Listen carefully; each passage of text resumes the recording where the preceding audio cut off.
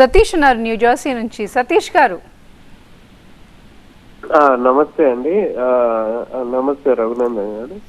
Hello మాట్లాడండి. నమస్తే అండి.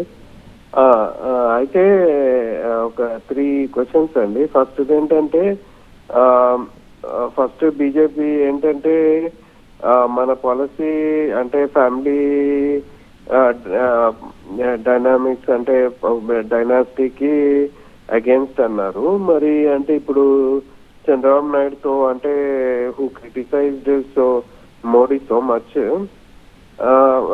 వీళ్ళతో ఎలా పొత్తు పెట్టుకుంటారు? తర్వాత ఇప్పుడు Chandrababu Naidu is coming in to alliance for his political gain and to get location to the CM chair.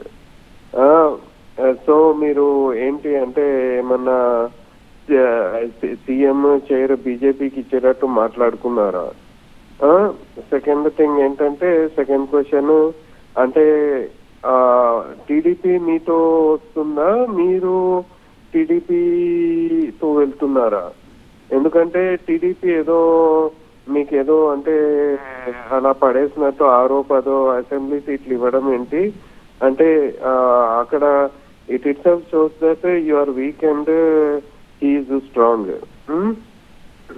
Third question ఏంటంటే అండి ఇప్పుడు జనసేన అంటే వీళ్ళు అంటే బాగా ఏంటంటే నెగటివ్ పాలిటిక్స్ చేస్తున్నారు. అంటే actually they don't have any vote bank and then they are doing negative vote bank. So it will affect your doesn't it affect your prospects of winning? Satish గారు, ఒకటి ఈ మేము కుటుంబ పాలనకి ఈ డైనాసిటీ దీనికి వ్యతిరేకం. దానిలో అందుకనే ఈ మధ్యనే నితిన్ గడ్కరీ గారు కూడా స్టేట్మెంట్ ఇచ్చారు. నా కొడుకు నా ఆస్తులు పంచుకోవచ్చు, నా వ్యాపారాలు చూసుకోవచ్చు, కానీ రాజకీయంగా నా వారసుడు అవ్వాలంటే అతని యోగ్యత మీద అవుతాడు, కానీ నా కొడుకు కాబట్టి అవను కాక అవ్వడు అని ఆయన ఒక ఉదాహరణగా చెప్పాడు. అది బై అండ్ లార్జ్ చాలా పార్టీల కన్నా బీజేపీలో ఉన్న స్పెషాలిటీ అది. ఒకప్పుడు కాంగ్రెస్ని ఆ పాయింట్ మీదే కదా విమర్శించింది. నెహ్రూ, ఇందిరాగాంధీ, రాజీవ్ గాంధీ, సోనియా గాంధీ, లేకపోతే రాహుల్ గాంధీ. ఆ తర్వాత రాహుల్కి పెళ్లి కాలేదు, నెక్స్ట్ మరి ప్రియాంక కొడుకో ఎవరో వాళ్ళు, లేకపోతే ఆ పార్టీ లేదు అన్న పద్ధతిలో అక్కడ ఉంది పరిస్థితి. అది కానీ మేము ఎగనెస్ట్ అయినంత మాత్రాన వాళ్ళు ఏమవుతుందంటే రీజనల్ పార్టీస్ మనం చూద్దాం కాసేపు.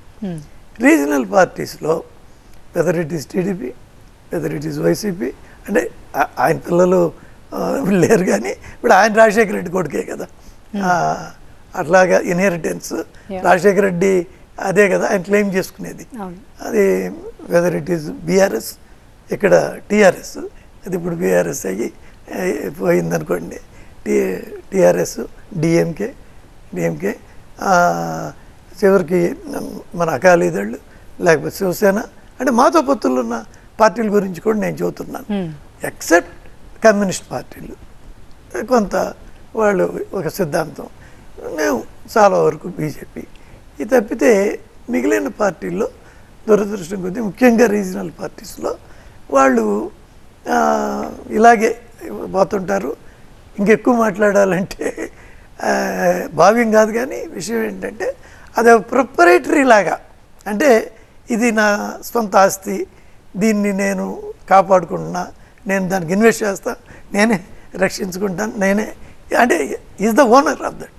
ఆ టైప్లోనే దానికి కావాల్సిన పెట్టుబడి కూడా అలాగే పెడతారు, ఏ లెవెల్కి వెళ్ళైనా. అలా ఇది కాదనలేని వాస్తవం. ఇటువంటి ఈ పరిస్థితుల్లో ఇప్పుడు మేము పొత్తు పెట్టుకున్న పార్టీలు కూడా చూస్తే వాటిల్లో కూడా చాలా ఇలాంటి కుటుంబకి నేపథ్యం కలిగినవి. కానీ అది మారాలని మాకు కోరుకుంటుంది. బట్ అదేంటి ఉన్న పరిస్థితి అది లీగల్గా రూల్ ప్రకారం అదేం తప్పు కాదు. కాబట్టి అయితే దాంతో వచ్చిన క్వశ్చనే ఇప్పుడు టీడీపీ నెక్స్ట్ క్వశ్చన్ వారు వేసింది, టీడీపీ మీతో కలుస్తుందా, మీరు వాళ్ళతో కలుస్తారా? ఇది ఎలాగుంటుందంటే అఫ్కోర్స్ పెళ్ళంటే ఇద్దరు, ఇక్కడ ముగ్గురు ఉన్నారు కాబట్టి నేను కరెక్ట్గా పెళ్ళితో కంపేర్ చేయలేను. కానీ ఒకసారి పెళ్ళి జరిగితే ఇప్పుడు ఆయన పెళ్లి చేసుకున్నా ఆమె ఈయన చేసుకుందా అన్నట్టే ఉంటుంది.